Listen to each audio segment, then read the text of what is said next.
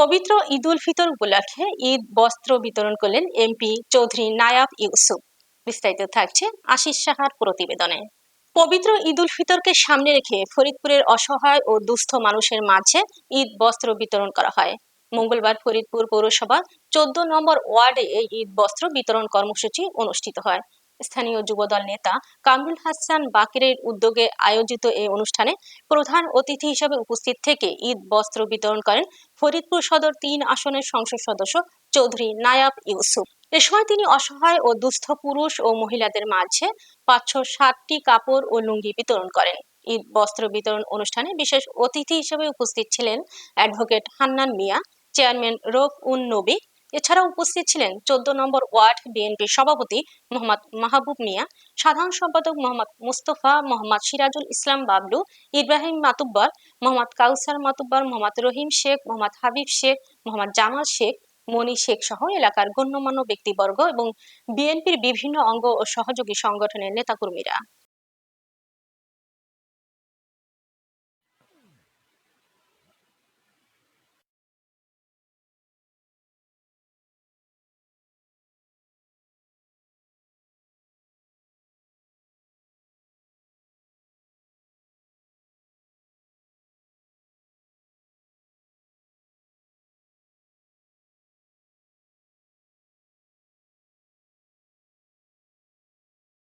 এগুলো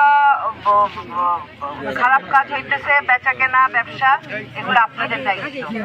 আমি তো আর আপনার বাড়িতে বাড়িতে যাই প্রত্যেকদিন দেখতে পারবো না। যারা এই এলাকায় থাকে, এলাকার বাসীর দায়িত্ব, এটা আপনারা করবেন।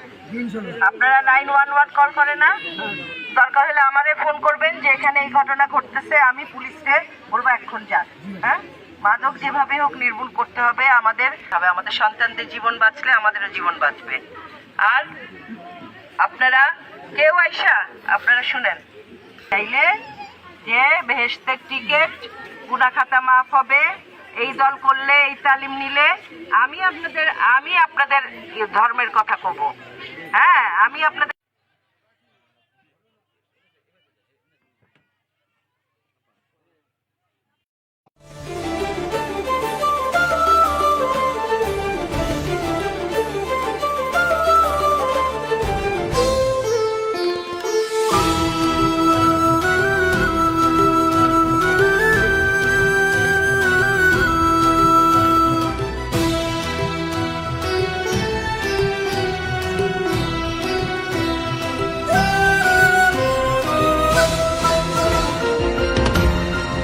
টেকনাফ থেকে তেতুলিয়া, রূপসা থেকে পাথুরিয়া, বিশ্বজুড়ে রূপসী বাংলা।